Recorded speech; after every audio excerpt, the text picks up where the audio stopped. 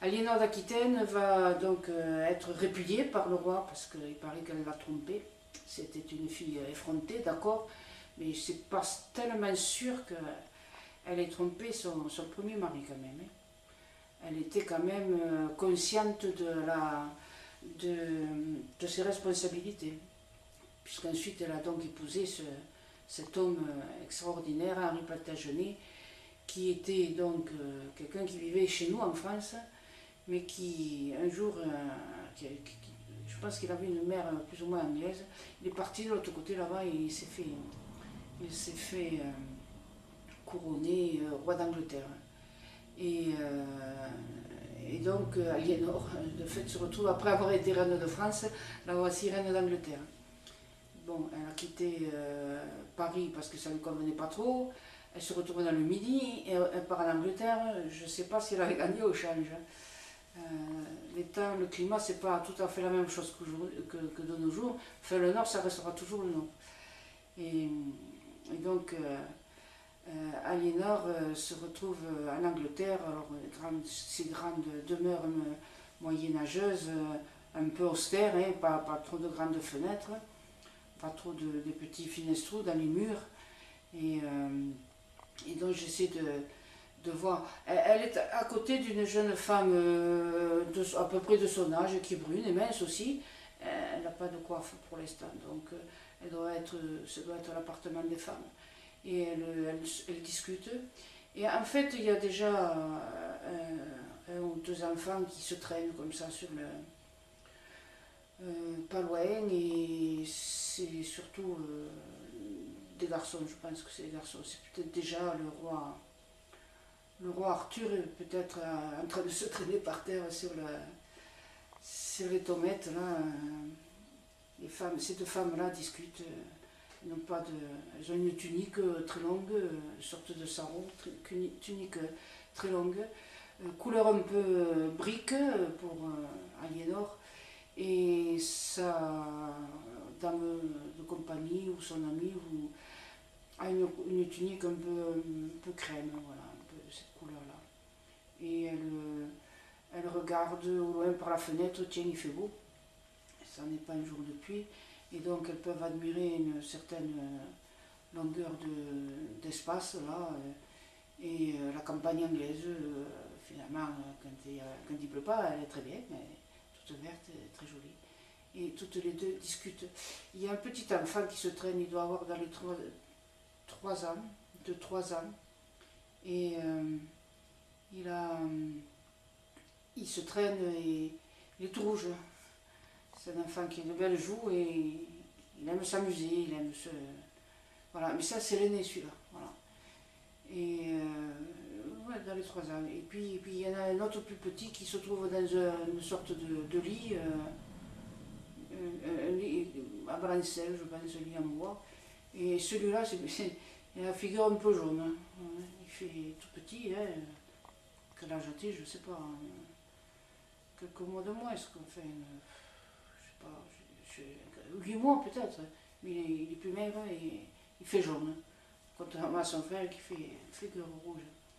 Et de ce que je crois comprendre, me souvenir de l'histoire, c'est Richard Cœur de Lion, l'aîné, et l'autre c'est Jean Santerre, hein, il s'appellera Santerre. Et c'est étrange comme ils sont différents de couleur de peau et presque même de couleur de cheveux. Il y en a un qui est presque rouquin, Richard Cœur de Lion, il est presque rouquin, et Jean, il a les cheveux un peu plus sombres, presque noirs, quoi. Et lui, il a un petit bonnet de dentelle et blanche, et il est dans un lit avec des draps blancs, et voilà, il est tout petit. Il y a un petit objet à côté, je ne sais pas si c'est un rocher, une sorte de jouet pour enfants qui se trouve dans son lit. Voilà. Quant à Harry, il fait bouger quelque chose par terre, quoi. Voilà, il fait avancer, tout ça, voilà comment il s'amuse. Il y a un autre enfant qui doit avoir, mais ce doit être l'enfant de cette suivante, là, de cette dame de compagnie. Et c'est une scène calme et tranquille. Voilà, on entend souvent des cloches parce que cette époque-là, ils sont très catholiques et tous très chrétiens et les églises sonnent souvent des cloches. Voilà. C'est une belle journée et ces femmes discutent tranquilles en regardant par la fenêtre. Je ne sais trop de quoi, hein, c'est très important, mais il y a un homme derrière et c'est un moine.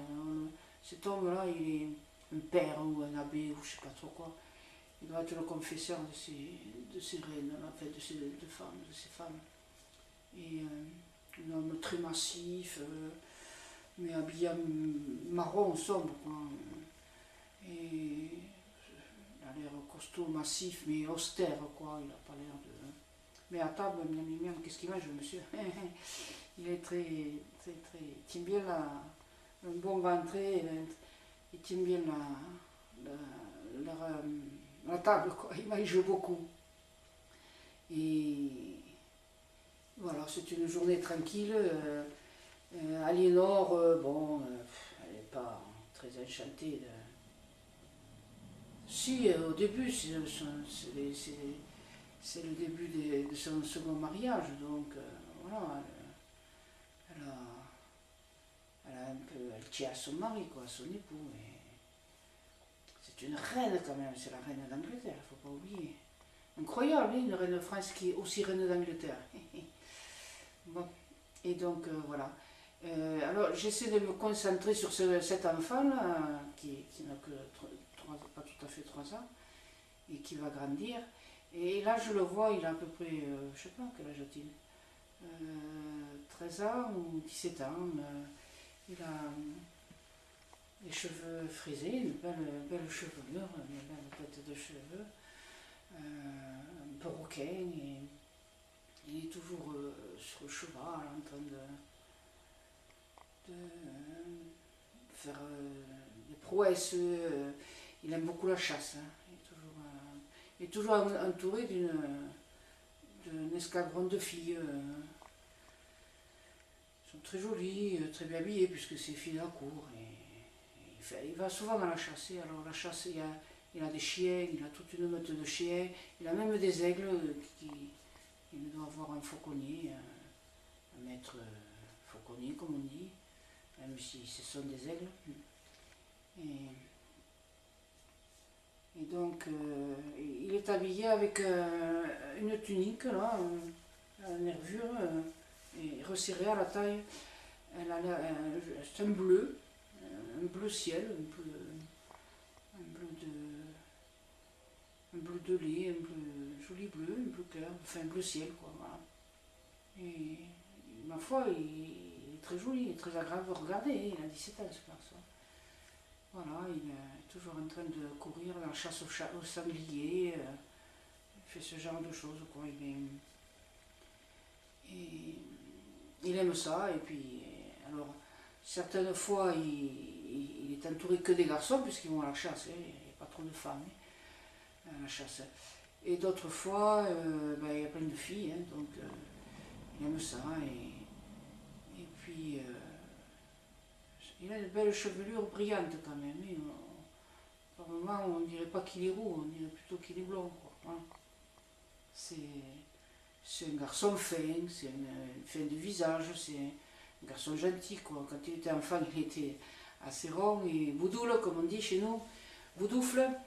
Mais maintenant qu'il est plus grand, bien sûr, il est plus mince, c'est un beau et fier jeune homme de 17 ans, un homme, quoi. Voilà.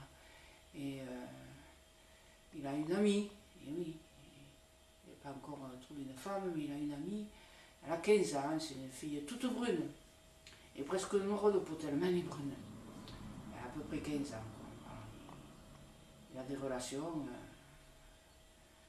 À ce temps-là, les gamins, ils étaient portés sur le sexe très tôt, très jeune, puisqu'il ne vivait pas longtemps, puisqu'il est mort 42 ans, il avait 45, je ne sais plus très bien, mais c'est pas grave. 42 ou 45 ans, non 42 jours, je me souvenir. C'est pour ça que je note toujours sur mon papier. Bon, là, je suis obligée de regarder la caméra. Et il est donc... il a déjà eu une fille, quoi. Voilà. Et il aime bien chanter. Ah oui, il a de sortes de... Un gel, là, c'est pas la guitare d'aujourd'hui, mais je sais pas comment on appelle ça, pas une viole, mais... Et il aime bien chanter des chansons d'amour courtois. Henri, pas Henri, non, Richard. Richard, il chante l'amour courtois, quoi. Voilà. Mais il est plus souvent dehors qu'enfermé dans le château, oui. Il s'en va toujours. Oui, oui, oui. Et donc, quand il revient, ben, il va faire compter fleurette, lutiner sa donzelle, comme on disait à l'époque. Pour employer les mots de l'époque, les jouvencelles, les donzelles et tout ça, quoi.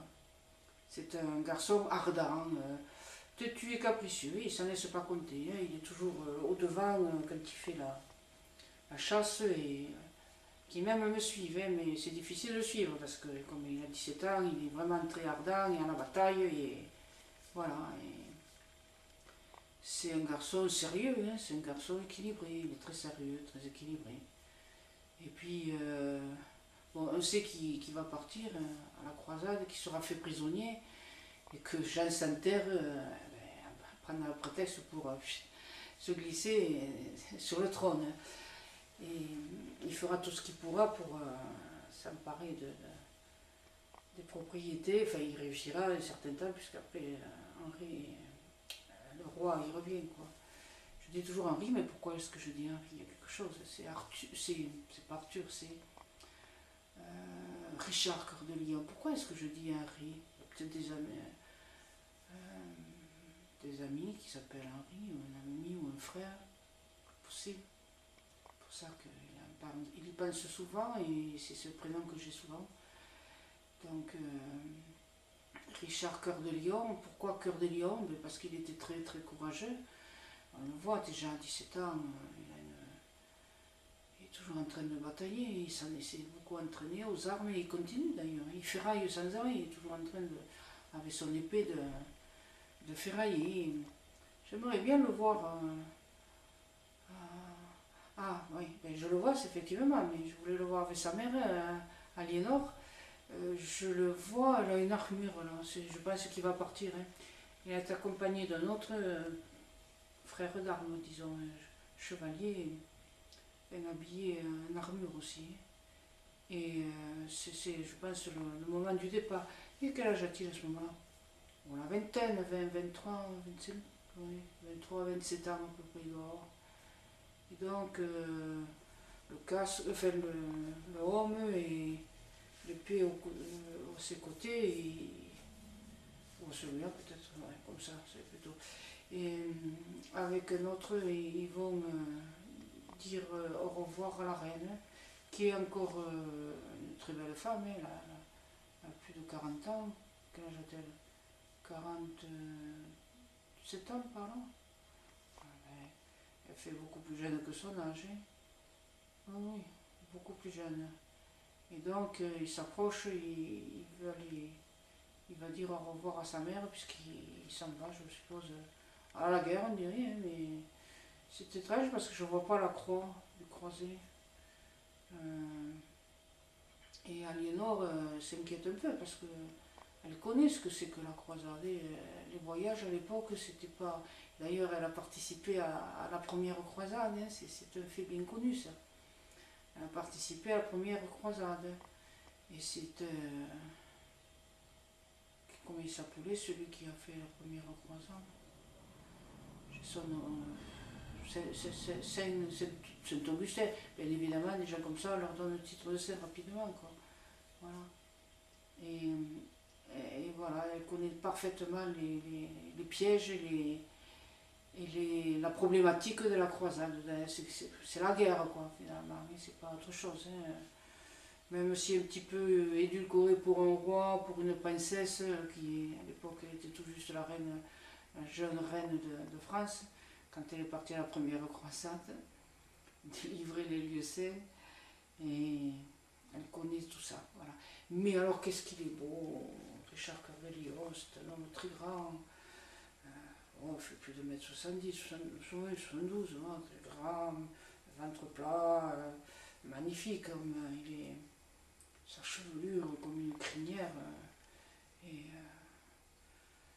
c'est un homme très hardi, voilà, pourquoi on l'appelle Cœur de Lion. Il est hardi, il va toujours de l'avant, il n'a peur de rien, quoi. Et on a toujours l'impression qu'il ne marche pas humblement, mais il marche comme s'il avait l'épée à la main, comme s'il voulait toujours tailler ou couper ou massacrer. Voilà comment il se comporte Richard Cœur de Lion, quand il est jeune et qu'il va partir à la croisade. Et donc, toujours accompagné d'un frère, là. Ça doit être ce Henri, là. Je ne sais pas si c'est son frère, mais un frère d'âme. 2008, voilà. Et j'espère que j'ai réussi cette vidéo, et que je ne vais pas recommencer.